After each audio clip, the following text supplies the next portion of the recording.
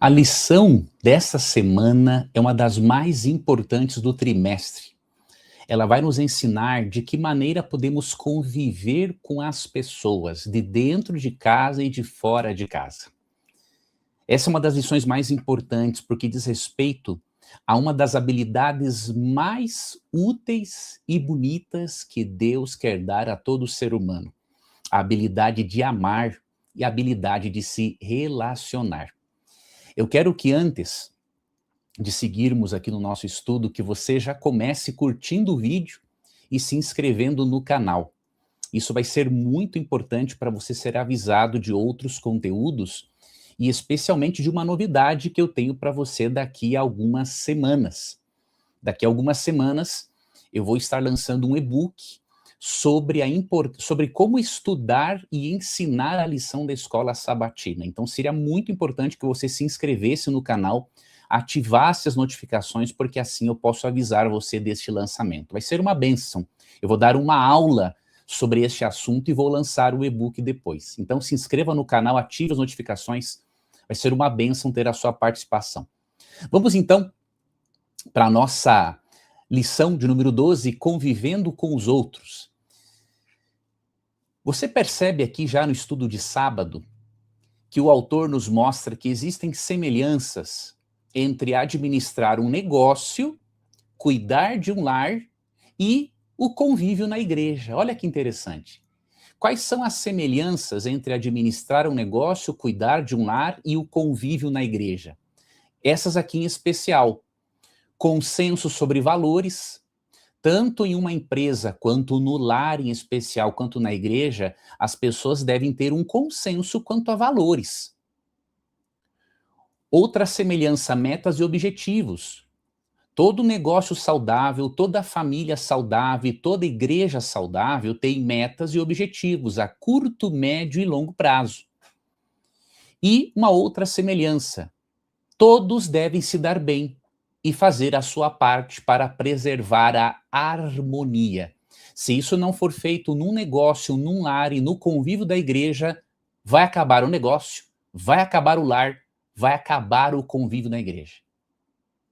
E o apóstolo Paulo, na lição desta semana, especialmente na carta aos Colossenses, ele nos apresenta princípios para guiar a família cristã, a família da igreja e as relações sociais no trabalho. Por isso você tem que assistir esta lição até o final, fazer anotações, porque ela vai ser de extrema importância para essas diferentes áreas de atuação nas quais você atua, obviamente. Mas eu quero, para ilustrar isso aqui, ler um texto, não está na lição, mas eu acrescentei esse texto aqui para você, que é Amós, capítulo 3, verso 3. Este princípio de Amós se aplica ao estudo desta semana, em especial essa introdução de sábado. Andarão dois juntos se não houver entre eles acordo? É impossível andarem duas pessoas juntas se não houver entre elas acordo. É impossível uma empresa se desenvolver se não estiverem todos de acordo. É impossível um lar sobreviver se não estiverem de comum acordo, se não puxarem a corda para o mesmo lado. E não é possível que a igreja permaneça unida se ambos não decidirem andarem juntos, puxarem a corda para o mesmo lado. Então este é um princípio para os relacionamentos interpessoais: a unidade, a harmonia, consenso sobre valores, metas, objetivos, cada um fazendo a sua parte. Isso é fundamental para a preservação das relações interpessoais.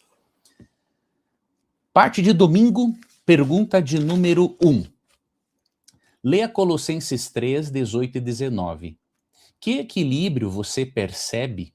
Quais conselhos adicionais Paulo dá em Efésios 5, 22 a 25 e verso 33? Qual foi a resposta que eu coloquei? Olha o equilíbrio. Para as esposas, Paulo orientou o seguinte: sejam submissas ao marido como ao Senhor. E eu vou explicar o que significa isso. A submissão da esposa ao marido é um respeito para com a liderança do marido. Não é servi-lo como uma escrava ou como um capacho, nada disso. A submissão bíblica é um respeito pela autoridade de liderança do marido.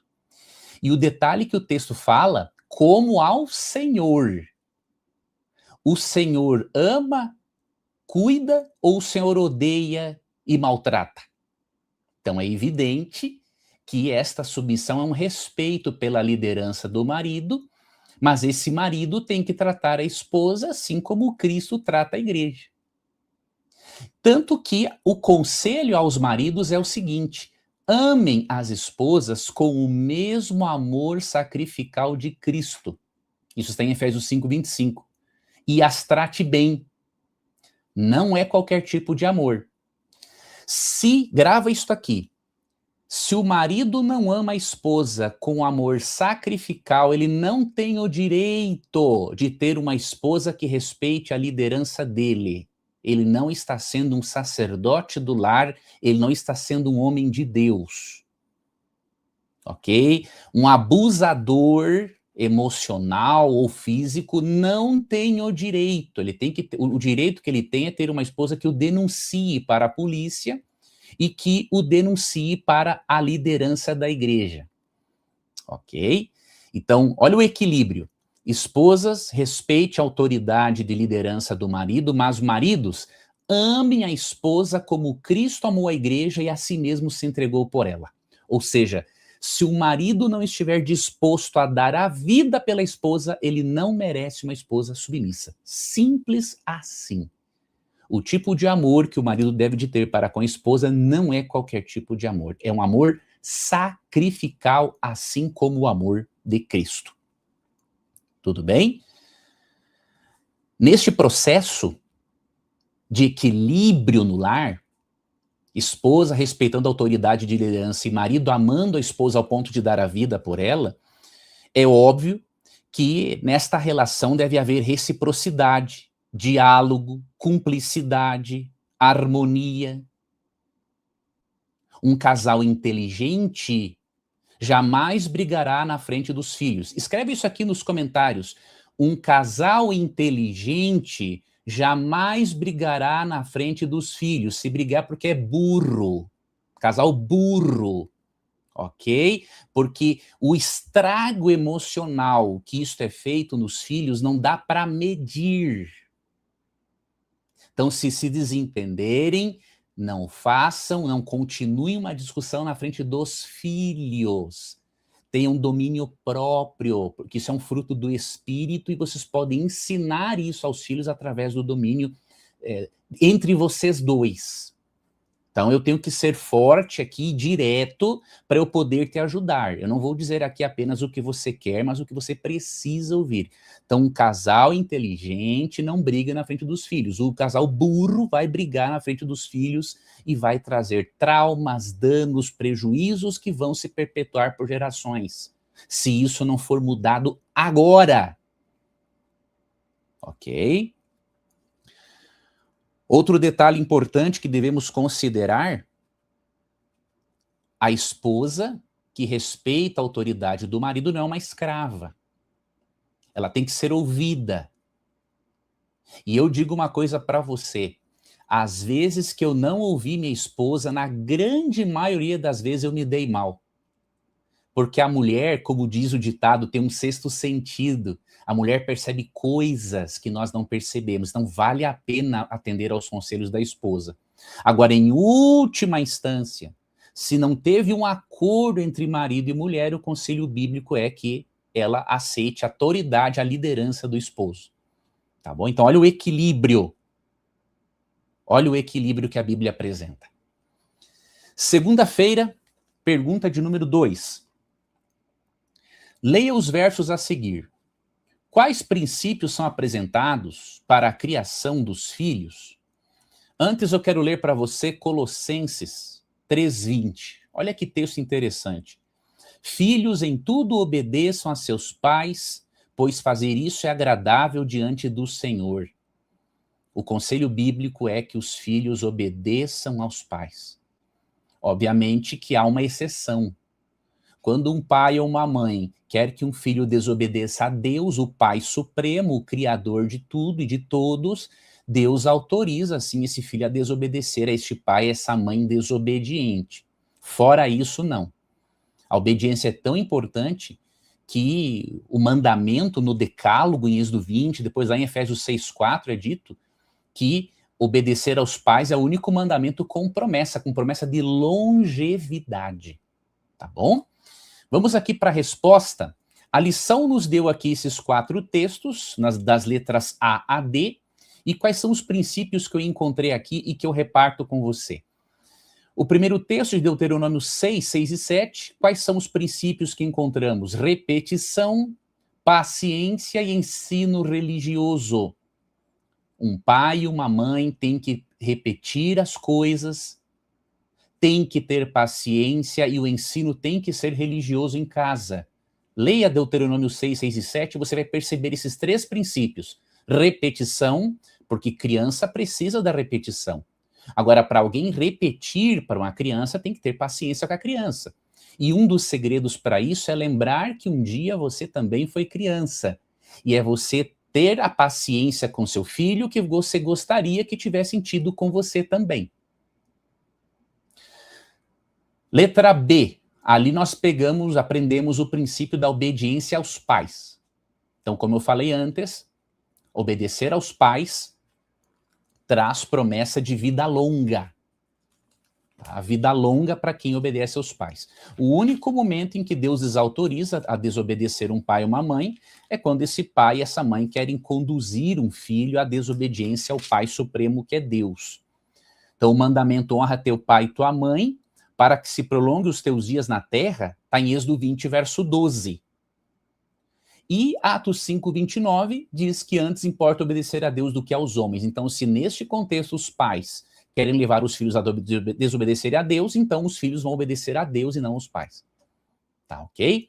Terceiro texto, letra C, Provérbios 22, 6, verso 15, eu encontrei o princípio do ensino e da disciplina. A disciplina não precisa ser necessariamente física. Pode, em última instância, ter que usar a varinha? Pode. Mas isso é em última instância e vai ser uma ou outra vez na vida. Sabe por quê? Porque se pais para disciplinar os filhos dependem de certa constância de usar a varinha, é porque são incompetentes na educação e são incompetentes emocionalmente. Se não consegue aconselhar um filho, se não consegue dar a disciplina, por exemplo, o castigo, privar de certas coisas, sem necessariamente bater, é um pai ou uma mãe incompetente emocionalmente. Então tem que mudar isso de uma vez por todas. Porque tem muitos pais e mães que estão criando bandidos e não cristãos e cidadãos para esta vida e para o reino de Deus. Então, o que diz lá Deuteronômio? Repetição, paciência, ensine quando deitar, quando levantar, caminhando pelo caminho. Paciência. Tenha com seu filho a paciência que você gostaria que tivessem com você. A disciplina pode ser necessária? Pode, mas ela é em último caso. E Mateus 19,14 tem um outro princípio. Conduzir esses filhos a Jesus Cristo, ou seja, não é qualquer ensino religioso. Tem que ser um ensino religioso que conduza a Jesus. Não pode ser a conduzir a Maomé, a Buda, ou a nenhum outro líder ou profeta. Tem que conduzir a Jesus Cristo. Então não é qualquer ensino religioso. Porque de acordo com o próprio Cristo, em João 14, verso 6, e em Mateus capítulo 7, versos 13 e 14, nem todos os caminhos conduzem a Deus, por mais que filhos sinceros de Deus estejam em todos os lugares. Terça-feira, pergunta de número 3. Leia Colossenses 3, 22 a 25 e capítulo 4, verso 1.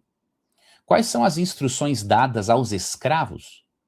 Quais princípios podem ser aplicados às relações de trabalho em geral?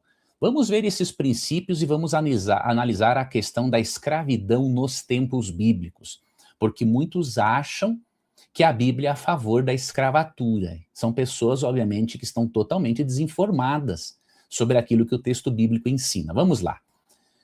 Quais são os princípios que encontramos aqui e que podemos aplicar nas relações de trabalho? Dedicação, honestidade e senso da presença de Deus também no trabalho. Se você ler esses textos, você vai perceber exatamente isso. Paulo orientou que os escravos na época fossem dedicados, honestos e que se lembrassem de que estavam fazendo algo para Deus e não para os homens, ou seja, senso da presença de Deus, inclusive no trabalho. Agora você pode pensar, então quer dizer que a Bíblia apoia a escravatura? Não. A Bíblia trata de um costume humano, mas não que a Bíblia o aprove. O que a Bíblia fez foi ensinar as pessoas a lidarem com os escravos de uma forma ainda mais digna. O ser humano, de acordo com Gênesis 1, 26 e 27, é a imagem e semelhança de Deus, e a vida humana é sagrada por causa disso, de acordo com Gênesis 9, versos 5 e 6. Deus não criou a escravatura. Deus não aceitou a escravatura. O que ele fez foi, através de princípios, melhorar a cultura da época que estava corrompida pelo pecado. O que Deus fez na Bíblia foi amenizar os efeitos da escravidão, ensinando o amor, respeito, trabalho honesto e liberdade. Então é diferente. Aqui tem uma citação na lição de Clinton Wallen e Wagner Kuhn. Grande Wagner Kuhn, faz tempo que eu não vejo, um grande pastor, um grande professor de teologia, uma pessoa muito humilde. Olha o que diz aqui no livro dele, no capítulo do livro em que eles trabalharam, Hermenêutica Bíblica, como interpretar as escrituras e revelar tendências. Olha o que diz aqui, ó. Porém, ao contrário das formas modernas de escravidão, a lei romana concedia aos escravos direitos e oportunidades consideráveis. E tentar derrubar essa prática poderia constituir uma ameaça ao avanço do evangelho. Então não é que a Bíblia apoiava a escravidão. Isso fazia parte da cultura humana corrompida pelo pecado. E a escravidão na época era bem diferente da de hoje, dos tempos modernos. Naquela época eles poderiam até estudar, eles poderiam administrar uma casa, ser médicos. Um escravo naquela época poderia educar os filhos do seu senhor. Então são coisas diferentes. E olha o que acontece.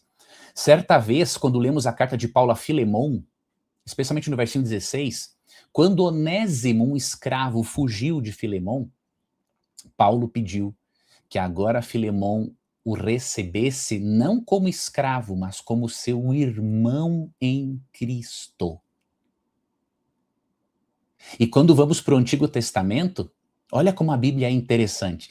A Bíblia proibia manter um compatriota como escravo, de uma forma perpétua, isso está em Deuteronômio 15, verso 12, e estabelecia um período de 6 anos como período máximo de serviço para quitar uma dívida financeira, isso está em Êxodo 21, 2 a 6, tá?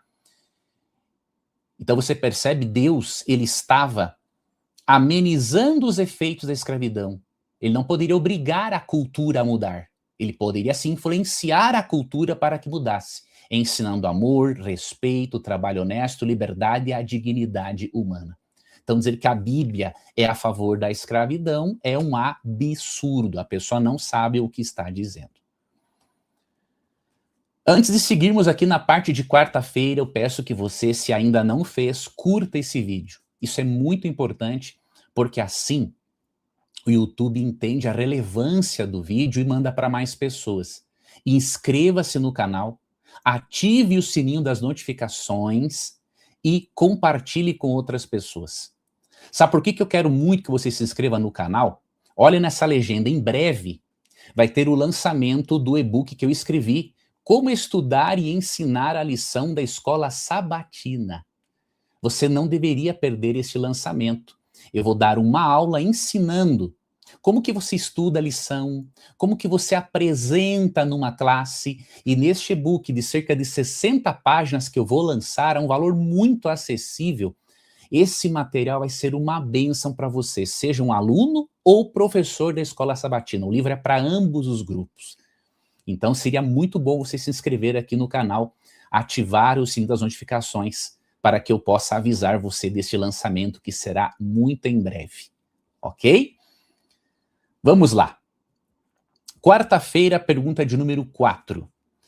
Leia Colossenses 4, 2 a 4. Quais princípios sobre oração você encontra nesses versos? Quais pedidos de oração Paulo faz? Eu gostei também muito dessa parte da lição. E quais foram os princípios que eu encontrei nesses textos? Perseverança na oração, gratidão, ou seja, na oração devemos manifestar mais gratidão a Deus e não apenas pedir coisas a Ele. Outra coisa que encontramos nesses textos, outro princípio, é a oração intercessora, a importância de orarmos pelas pessoas. Outro princípio, oração pelos pregadores e pela pregação. Achei muito lindo esse texto de Colossenses 4, 2 a 4, porque aqui aprendemos todos esses princípios que nos ensinam até mesmo como devemos orar. E aqui tem uma citação de Ellen White no livro Grande Conflito, página 439, que eu achei muito interessante. Ó. Faz parte do plano de Deus nos conceder, em resposta à oração da fé, aquilo que Ele não daria se não pedíssemos assim. Há coisas que Deus só nos dará se orarmos com fé. Então é muito importante aprendermos a orar. De acordo com Efésios 6,18, devemos orar em todo tempo. De acordo com 1 Tessalonicenses 5,17, devemos orar sem cessar. E olha que lindo, de acordo com Romanos 8,26, é o Espírito Santo quem nos ajuda a pedirmos aquilo que realmente precisamos, porque nós não sabemos orar como convém, mas é o Espírito que nos ajuda a nos comunicarmos com Deus da forma correta. Então, além de termos o recurso da oração, a terceira pessoa da Trindade nos ajuda neste processo em que nós estabelecemos uma ligação íntima com Deus e muito profunda através da oração. Quarta ainda, pergunta de número 5. Leia novamente Colossenses 4:3. Que porta para a palavra Deus pode abrir para você compartilhar sua fé? Eu, ao invés de responder essa pergunta, eu quero propor uma atividade para você aqui. Ó. Peça para Deus lhe abrir uma porta. Você já ouviu falar da oração de Jabes, em 1 Crônicas 4:10? Aqui é uma oração em que Jabes, um personagem quase nem mencionado na Bíblia, mas a Bíblia menciona a oração dele, em que ele pede a Deus para Deus alargar as fronteiras dele. E isso aqui eu quero aplicar para você. Eu peço que você anote esse texto para você estudar a lição e para você partilhar esse texto com seus alunos, se você for uma professora ou um professor da Escola Sabatina. Olha o que diz 1 Crônicas 4:10. Jabes invocou o Deus de Israel dizendo: ó, tomara que me abençoes e me alargues as fronteiras, que seja comigo a tua mão e me preserves do mal, de modo que não me sobrevenha aflição. E Deus lhe concedeu o que lhe tinha pedido. Você pode, nesta oração, pedir para Deus aumentar a sua esfera de atuação e de ação e de influência. E assim como Deus atendeu a Jabes, ele pode atender você também.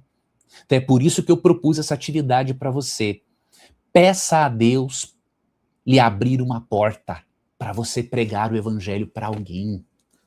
Algo que seja fácil, gostoso de você fazer, de acordo com o seu dom espiritual. Ok?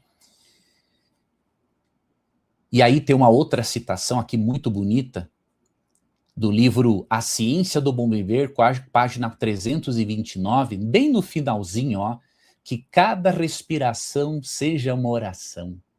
Isso é orar constantemente. Que cada respiração seja uma oração. Você não precisa orar apenas de joelhos, a própria citação diz. Você pode cultivar o hábito de orar quando estiver a sós, caminhando, ocupado com os trabalhos diários, até mesmo no banho, não importa. Converse com Deus. Estabeleça o hábito de falar com Ele sobre tudo e em todo o tempo. mesmo que sejam orações curtas, mas que sejam constantes e frequentes, até chegar o momento que você vai orar por mais tempo. Quinta-feira, pergunta de número 6, estamos chegando aqui ao final do nosso estudo. Leia Colossenses 4, 5 e 6. Em que situações Paulo nos ensina que precisamos mais ainda ser sábios no modo de agir? Por que isso é importante? Vamos para a resposta. Nas situações em que estivermos com os de fora, é desse tipo de situação que Paulo diz que precisamos ser ainda mais sábios no modo de agir. E isso é importante por quê? Para aproveitarmos as oportunidades e pregarmos o evangelho a eles. Nós podemos ser instrumentos de Deus para levar pessoas à salvação, ou instrumentos do diabo para levar pessoas para o inferno. Aqui o apóstolo Paulo, em Romanos 2:24, citando Isaías 52, verso 4, indicou que cristãos nos dias dele, na igreja de Roma, estavam afastando os descrentes. E o texto de Isaías que Paulo citou é esse aqui, ó, do capítulo 52, verso 5. O nome de Deus é blasfemado entre os gentios por causa de vocês. Quando as pessoas ouvem falar do seu nome, meu querido aluno e minha querida aluna, eles honram, louvam a Deus ou blasfemam contra Deus? Essa pergunta é muito importante você responder para você mesmo, para você mesma. Porque a resposta a essa pergunta vai mostrar se você está mais perto do céu ou do inferno. Então tenha cuidado com isso. E já em Colossenses 4, 6, Paulo destaca o tipo de palavra que devemos usar, as palavras que devemos usar. Esse texto eu preciso ler para você. E isso aqui, amigos, envolve usar essas palavras também nas redes sociais. Eu vejo muitos cristãos extremamente raivosos nas redes sociais. Não estão dando um bom testemunho, estão blasfemando, fazendo com que não cristãos blasfemem contra Deus. E Colossenses 4,6 diz assim: a vossa palavra seja sempre agradável, temperada com sal, para saberdes como deveis responder a cada um. Olha só, as nossas palavras devem ser agradáveis. O que significa uma palavra temperada com sal? Ela não pode ser agressiva. Ela tem que ser palavra apropriada, agradável, tem que dar sabor, bom sabor à vida das pessoas. Então, se for para dizer algo que não esteja de acordo com Colossenses 4,6, a um familiar, a um cônjuge, a um filho, a um irmão da igreja, ou na rede social, o silêncio é eloquência, o silêncio é ouro, é melhor ficar calado. Porque Jesus falou que pelas nossas palavras seremos julgados. Então atente para Colossenses 4,6 e lembre-se que as suas palavras devem dar sabor à vida das pessoas. Provérbios 18:21 fala do poder da palavra. No poder da língua ou da linguagem está a vida ou a morte. Então, por meio das palavras, você pode construir os seus filhos, construir a sua mulher, construir o seu marido, construir os irmãos na fé, construir os seus vizinhos, mas por meio das palavras, de acordo com Provérbios 18:21, você pode ser um agente de morte e Deus vai lhe cobrar por isso. Então tenha cuidado com as palavras. E finalizando, na parte de sexta-feira, vimos aqui algumas citações muito bonitas e eu quero destacar aqui a primeira delas, que está no livro Testemunhos para a Igreja, volume 2, página 566. Ó. Cada membro da família deve sentir que sobre ele repousa a responsabilidade individual de fazer sua parte em ajudar no conforto, ordem e regularidade do lar. Não deve trabalhar um contra o outro. Todos devem empenhar-se unidos na boa obra de se encorajarem mutuamente. devem exercer gentileza, longanimidade e paciência. Falar em tom calmo e baixo, evitando confusão, e cada um fazendo o melhor para aliviar o fardo da mãe. Que conselho prático, que conselho maravilhoso. Se todos os lares seguirem este conselho, todos os lares serão felizes. E este outro texto, que está no livro Testemunhos para a Igreja, volume 3, página 449, ó, devemos deixar Cristo entrar em nosso coração e em nosso lar se queremos andar na luz.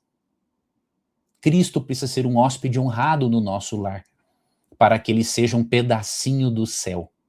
E no final da citação, falando das atenciosas cortesias, diz que essas atenciosas cortesias ajudam a tornar o montante da vida feliz. Então faça a diferença na sua família.